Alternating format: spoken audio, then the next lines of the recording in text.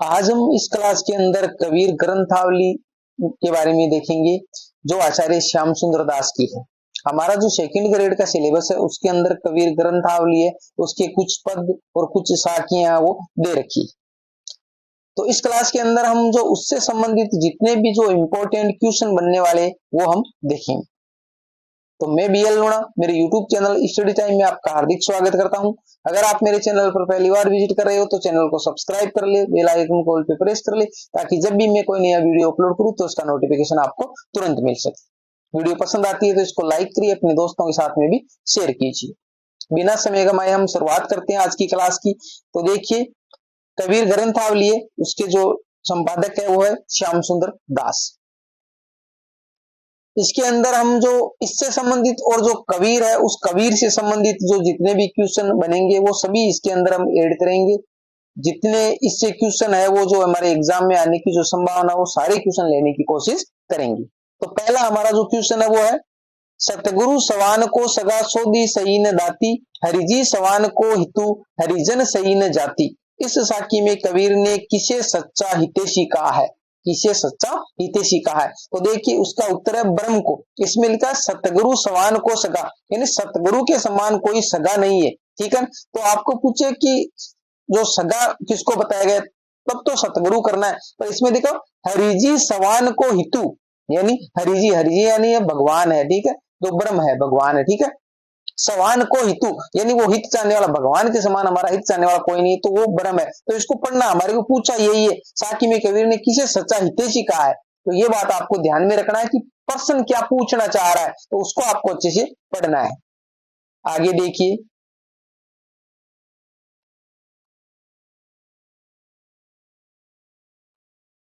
यहाँ पर ये थोड़ा है वो थोड़ा आ गया। ये कबीर के गुरु का क्या नाम है, यहाँ पर 2 नंबर है। ठीक है, तो कबीर के गुरु का नाम है वो रामानंद है, और रामानंद है उस रामानंद के 12 शिष्य थे। रामानंद के कितने? 12 शिष्य थे। और मैंने आपको बताया था, एक सूत्र भी बताया था, पिपन भा, पिपन भा से शुद्रे अंक, यानी जो 12 शिष्य अंक, तो ये अंक का मतलब अनंत अनंत, कै का मतलब कबीर होता है। तो कबीर है वो रामानंद के शिष्य, और रामानंद के 12 शिष्य थे। हमने जो हिंदी साहित्य का इतिहास पढ़ा है वहां पर मैंने अच्छे से उसको समझाया, और हमारे सेकंड ग्रेड और फर्स्ट ग्रेड में दोनों में हिंदी साहित्य का इतिहास है वो अच्छे से दे रखा है और मैंने अच्छे से करवाया है। वो सारी क्लास है वो फर्स्ट ग्रेड की प्ले लिस्ट में, उसको आप वहां जाकर देख लीजिए। किस ग्रंथ में कबीरदास का जीवन परिचय विस्तार से मिलता है? तो वह भक्तमाल की जो टीका है उसके अंदर। कबीर किस शासक के समकालीन थे? तो कबीर हमारे सिकंदर जो लोधी है उसके समकालीन थे, और जो नानक है वो बाबर के समकालीन थे, बाबर के समकालीन थे। सतगुरु सवान को सगा सोदी सही न दाती, हरिजी सवान को हितु हरि जन सही न जाती। इस साखी के संबंध में कौन सा कथन सही नहीं है? जो सही नहीं है वो हमारे को बताना है। तो देखिए यहां लिखा है, पहला है भगवान के भक्त के समान कोई जाति नहीं है। दूसरा है परम ब्रह्म से अधिक हितैषी हमारा प्रियजन है। तीसरा है चित्त की शुद्धि के समान कोई दीक्षा नहीं है। चौथा है कबीर के अनुसार सच्चे गुरु के समान कोई रिश्तेदार नहीं है। तो कहने का मतलब इसके अंदर जो हमारा ये 2 नंबर वाला है ना वो गलत है। ये क्या है? परम ब्रह्म से अधिक हितैषी हमारा प्रियजन है, ये बात है वो गलत है। तो इसका आंसर हमारा ये हो जाएगा, क्योंकि हमारे को जो गलत कथन है वही पूछा है और बाकी सही है। 6 नंबर है हमारा, रात्यु रूनी बिरहनी नायिका अर्थात जीवात्मा रात भर कैसे रोती है? तो यहाँ पर खाली जगह में भरना है। तो जो रात्यु रोनी विरहिणी यानी सारी रात है जो विरहिणी वो क्यों होती है, किस प्रकार होती है? तो वह जैसे मादा नहीं है, यहाँ पर मादा है। ठीक है, तो ये थोड़ा सही कर लेना। मादा क्रौंच अपने प्रियतम से अलग होने पर रोती है, यानी जो क्रौंच पक्षी है उसमें मादा और नर होता है, तो उसमें जो मादा होती है वो रात भर होती है, तो उसकी यहाँ पर जो विरहिणी है उसको यहाँ की उपमा दी गई है, क्रौंच पक्षी के हिसाब से उसको बताया गया है। आगे देखिए, फाड़ी फुटोला धज करो कामल लड़ी लड़ी परी राहू। पंक्ति में फुटोला किसका प्रतीक है? यानी जो ये शब्द है ये भी आपको ध्यान में रखना है। तो फुटोला शब्द है वो रेशमी वस्त्र के लिए आया है, जो साखी है उसके अंदर। तो जितने भी जो वहां से मैंने छांट के क्वेश्चन लिए कि जहां जहां ये क्वेश्चन बन सकते हैं। 8 नंबर है दुल्हनी गाऊ मंगलाचार हम घरी आए हो राजा राम भरतार। इस पद में कौन सा राग है? तो इसमें जो राग घोड़ी है, जो दुल्हनी गाऊ मंगलाचार है, इसके अंदर जो पद दे रखे हमारे, तो उसके अंदर राग घोड़ी है वो काम में ली गई है। 9 नंबर का क्वेश्चन है बहुत दिनन थे मैं प्रीतम पाए, पद में कौन सा भाव निहित है? तो इसके अंदर आनंद का भाव है, यानी वो खुश हो रही है। भावात्मक रहस्यवाद भी है इसके अंदर और दाम्पत्य का भाव भी है। यानी प्रियतम पाए, प्रियतम का मतलब यहाँ से भगवान से लिया गया है, जो आत्मा जो परमात्मा से मिलन हो रहा है। 10 नंबर है किस आलोचक ने कबीर की भाषा को संत भाषा नाम दिया है? संत भाषा नाम दिया, वो दिया बच्चन सिंह ने, डॉक्टर बच्चन सिंह ने उसको संत भाषा कहा है। 11 नंबर वाणी का डिक्टेटर किसे कहा जाता है? तो वाणी का डिक्टेटर है वो कबीर को कहा जाता है, और ये हजारी प्रसाद द्विवेदी ने कहा है। हजारी प्रसाद द्विवेदी ने इनको डिक्टेटर कहा है। डिक्टेटर का मतलब होता है तानाशाह। 12 नंबर है विरहा बुरहा जीनी कहो विरहा है कबीर ने किसको क्या कहा है? तो सुल्तान। यानी 12 नंबर क्वेश्चन देखिए, यानी वीर है को है ना कबीर ने सुल्तान कहा है। कबीर ने क्या कहा? सुल्तान का। सुल्तान का मतलब इस राजा होता है, ठीक है।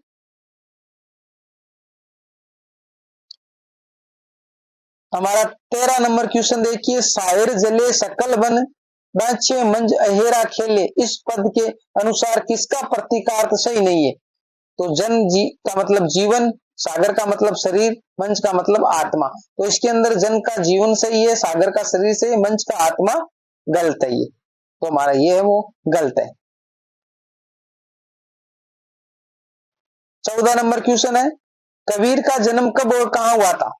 तो 1398 ईस्वी में कबीर का जन्म हुआ था, काशी में हुआ था। और जो 1518 ईस्वी जो मगहर है, मगहर उसके अंदर कबीर है उसकी मृत्यु हुई थी। तो ये याद रखना है, काशी में पैदा हुई थी, मगहरों में मृत्यु हुई थी। 1398 में जन्म हुआ था, 1518 में इसकी मृत्यु हुई थी, और 120 वर्ष ये जीवित रहे थे, ठीक है। ऐसा भी क्वेश्चन पूछा गया कितने वर्ष जीवित रहे थे? तो 120 वर्ष आगे थे।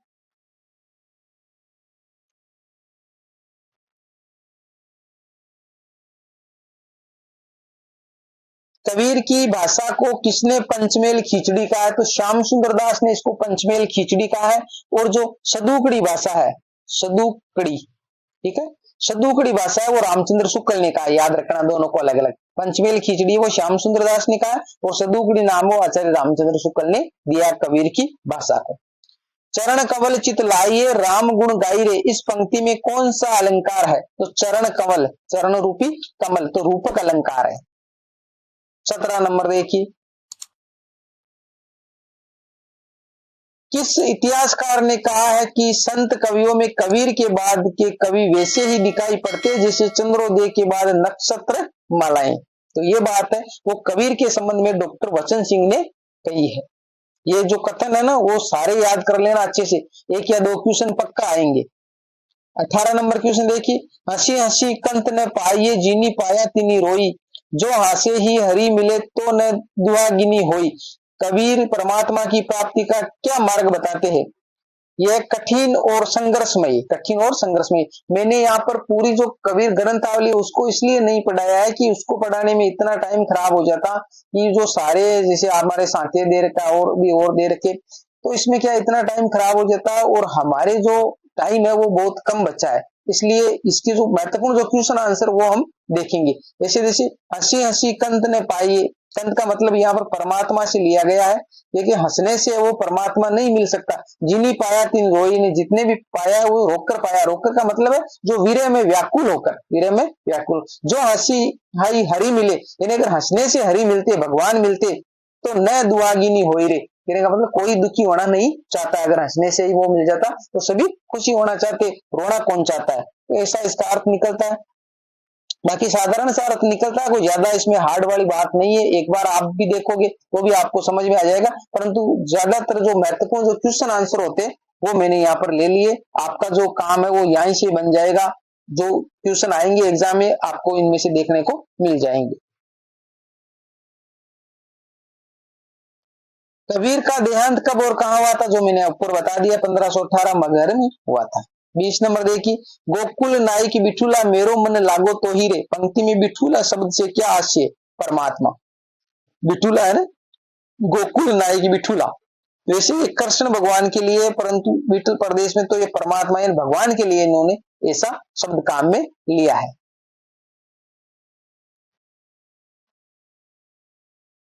कबीर की उलटवासियां किससे प्रभावित है, तो सिद्धों से। सिद्धों से, जो उलटवासियां वो सिद्धों से इन्होंने ग्रहण किए कबीर ने। कबीर की भाषा को अवधि किसने कहा है, तो बाबूराम सक्सेना ने इसकी भाषा को अवधि कहा है। आगे देखिए 23 नंबर का क्वेश्चन है, उदय नारायण तिवारी ने कबीर की भाषा को क्या कहा है, बनारस की भाषा। उदय नारायण तिवारी ने इसको बनारस की भाषा नाम दिया है।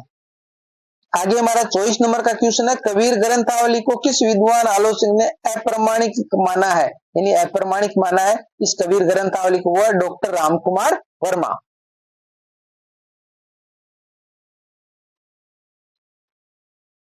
कबीर की वाणी में तीनों का क्रम किस प्रकार है, यानी साक्षी शब्द जो रमेनी हम बोलते हैं, तो उसका क्रम है वो पहले रमेनी आएगा, फिर शब्द आएगा, फिर साक्षी आएगा। हम कैसे बोलते हैं, इसको बोलते हैं साक्षी, शब्द और रमेनी, इस प्रकार बोलते हैं। तो इसका उल्टा कर लेना, रमेनी पहले आएगा, शब्द तो बीच में आना है और साक्षी जो बाद में आएगा। तो रमेनी, शब्द और साक्षी, इस प्रकार इसका क्रम है। ये भी पूछा गया क्वेश्चन है, ध्यान में रखना, क्योंकि हम जब बोलते हैं तो हमेशा ही बोलते हैं साक्षी शब्द और रमेनी, तो ऐसा क्रम हो जाता है, इसलिए आपको इस प्रकार याद करना है। बीजक का संकलन किसने किया था, तो धर्मदास ने किया था। 27 नंबर का क्वेश्चन देखिए, जी ही सर भारी काल ही सो सर कर मेरे मन बसिया, इस पंक्ति में कौन सा अलंकार है, तो इसके अंदर विरोधाभास अलंकार है। कौन सा अलंकार है, विरोधाभास अलंकार। अलंकार है वो सारे अलंकार मैंने करवा दिए अच्छे से। अलंकार किस प्रकार होते हैं उसको आप खुद जाकर देख लीजिए, ज्यादा से ज्यादा उदाहरण खुद से देखोगे तो अच्छे से ये क्लियर होगा। जहां विरोध का आभास होता है वहां विरोधाभास अलंकार होता है। 28 नंबर का क्वेश्चन है, मन के मोहन बिठूला ये मन लागो तो ही रे, ये पद कबीर के किस संप्रदाय में प्रभावित होने का संकेत करता है, तो ये वैष्णव संप्रदाय में प्रभावित होने का संकेत करता है, यानी कबीर है वो वैष्णव संप्रदाय से प्रभावित थे, जो ये पंक्ति है, इस पंक्ति के आधार पर। 29 नंबर का क्वेश्चन देखिए, कबीर ग्रंथावली नाम से कबीर की रचनाओं का संपादन किसने किया था, तो ये आपको पता, शुरुआत में मैंने बता दिया, आचार्य श्याम सुंदर दास ने। 30 नंबर का हमारा क्वेश्चन है, कबीर को वाणी का डिक्टेटर किसने कहा था, ये बात भी मैंने बता दी, आचार्य हजारी प्रसाद द्विवेदी ने। आगे देखो हमारा 31 नंबर का क्वेश्चन है, रामानंद के 12 शिष्यों का वर्णन किस में मिलता है, तो जो भक्तमाल है नाभादास की, उसके अंदर इसका वर्णन मिलता है, कि नाभादास की जो भक्तमाल है उसके अंदर लिखा गया है कि जो रामानंद है उसके 12 शिष्य थे, और 12 शिष्यों में कबीर का भी नाम आता है, जो मैंने आपको भी सूत्र बताया था। डाइन डारे सुनहा डोरे सयंद रहे बन घेरे, इस पद में कौन सा विकल्प सुमेलित है, तो देखिए मैं दिखा रहा हूं आपको। डाइन का मतलब माया, सयंद का मतलब अहंकार, वन का मतलब शरीर, और सुनहा का मतलब मन, तो ये सभी है वो सुमेलित है, सभी क्या है, सही है। 33 नंबर का क्वेश्चन है हमारा, खाली जगह है, मिठाई हाथी दे आपन गया भुलाई, कबीर ने इस पद में मिठाई किसे कहा है, यानी मिठाई का मतलब लोभ है, तो इसको देखेंगे, कहने का मतलब हमारे को मिठाई देकर वो चला गया, आपन भुलाई गई, यानी खुद के बारे में भुला दिया, तो हम लोभ में लालच में पड़ गए हैं, मिठाई से यहाँ तात्पर्य। 34 नंबर है, पूरा किया विसाहुणा बहुरी न आओ हट, इस पंक्ति में आए पूरा किया विसाहुणा का क्या तात्पर्य है, तो इसका उत्तर है, भक्त के संचित कियमान और पारब्रंद तीनों प्रकार के कर्म नष्ट हो गए हैं। 33 नंबर का क्वेश्चन देखिए, कबीर बादल प्रेम का हम परिवर्ष्या आई, अंतरी बिगी आत्मा हरि भई बनराई, इन पंक्तियों में कौन सा अलंकार है, तो यहाँ पर असंगति अलंकार है, असंगति अलंकार है, क्योंकि संगति नहीं बैठ रही है। अंतरी बिगी आत्मा, यानी अंतर से आधा बिगी, हरी भई बनराई, यानी जो बनराई का मतलब होता है जो जंगल होता है वो हरा भरा हो गया, तो भीगी तो आत्मा है और हरा भरा है वो जंगल हो गया है, ठीक है। तो ये असंगति, इसलिए असंगति अलंकार है। अलंकारों को मैंने अच्छे से आपको बता दिया है, आप जाकर वहां देख लीजिए। 36 नंबर है, सब तन जर्जर होई, शरीर के जर्जर होने का कारण क्या है? वीर्य की चोट, यानी वीर्य के कारण वो उसका शरीर है, वो जो आत्मा है उस आत्मा कह रही है कि जो मेरा जो शरीर है वो परमात्मा वीर्य के कारण है वो चोट लगने से जर्जर हो गया है, एक खंडर की तरह हो गया है। 36 नंबर देखो, मन ही माही विसूरणा, कबीर ने रोने का दिखावा न कर मन ही मन में पीड़ित होने की समानता किससे बताइए? यानी जैसे घुन काट को खा जाता है, यानी जिस प्रकार जो एक कीड़ा होता है जिसको घुन बोलते हैं वो अंदर ही अंदर लकड़ी को खा जाता है, इसके हिसाब से बताया कि मैं अंदर से घुट रही हूँ, विरह में तड़प रही हूँ, परमात्मा से मिलन नहीं हो रहा, तो आत्मा ये कह रही है। आगे देखिए 38 नंबर का क्वेश्चन है, विरह खालिस्तान पेशी करी किया कलेजे घाव, इस पद में कबीर ने विरह को किसकी उपमा दी है? सर्प की, यानी सर्प की उपमा दी है, विरह को उपमा दी है सर्प की। 39 नंबर का क्वेश्चन देखिए, बिन खालिस्तान क्यों पाइए प्रेम पियारा मीत, परमात्मा रूपी प्रियतम को कैसे प्राप्त किया जा सकता है? रो रो कर, क्योंकि हंसकर नहीं प्राप्त किया जा सकता। रोने का मतलब ये कि जो विरह वेदना में हम तड़प कर ही उसको प्राप्त कर सकते हैं।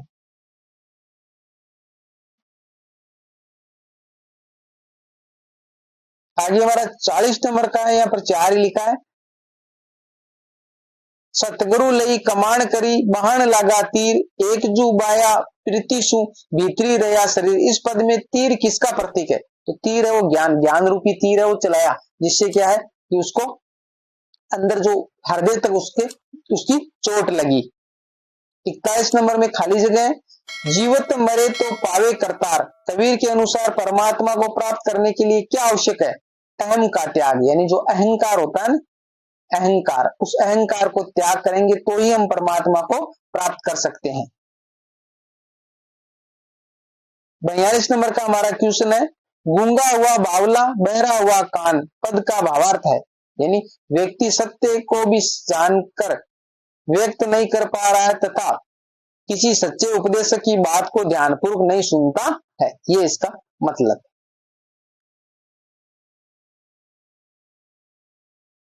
43 नंबर देखिए, उन्हें सुधारक कहना उनके महत्व को कम करना है, वह एक ऐसे धर्म की स्थापना करना चाहते थे जिसमें ना कोई हिंदू हो, न मुसलमान, न कोई मौलवी हो, न कोई पुरोहित, ना कोई शेख हो, न कोई ब्राह्मण, सब मनुष्य हो। ये क्रांतिकारी कदम था, ना कि सुधारवाद। ये कथन किस आलोचक का है? तो ये बात है कबीर के बारे में किसने कही है?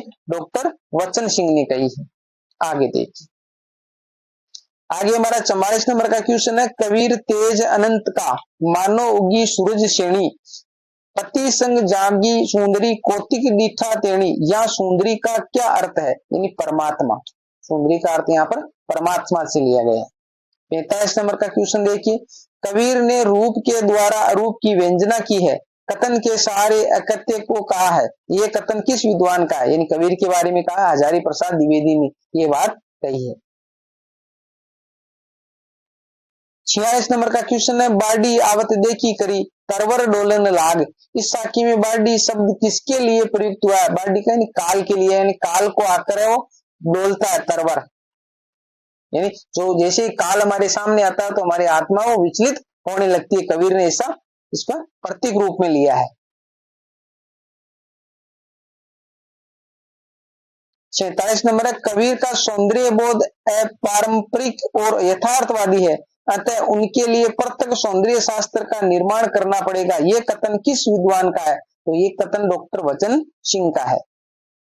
48 नंबर का क्वेश्चन देखिए, बूढ़े ते परी उबरे गुरु की लहरी चमकी, बेरा देखा जर्जरा उतरी पड़े फरंकी, इस पद में आए बेरा का क्या आशय है? यानी जो बेरा शब्द है वो किसके लिए आया? तो वो कर्मकांड के लिए आया है, बेरा शब्द वो कर्मकांड के, तो इनमें से ऐसे भी शब्दों के अर्थ पूछेंगे।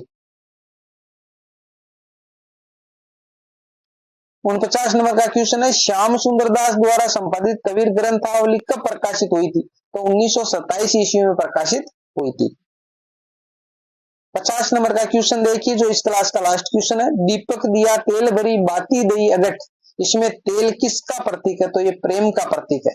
दीपक दिया तेल भरी बाती दई अगट, अगट का मतलब जो घटने वाली नहीं, कभी जलती रहेगी।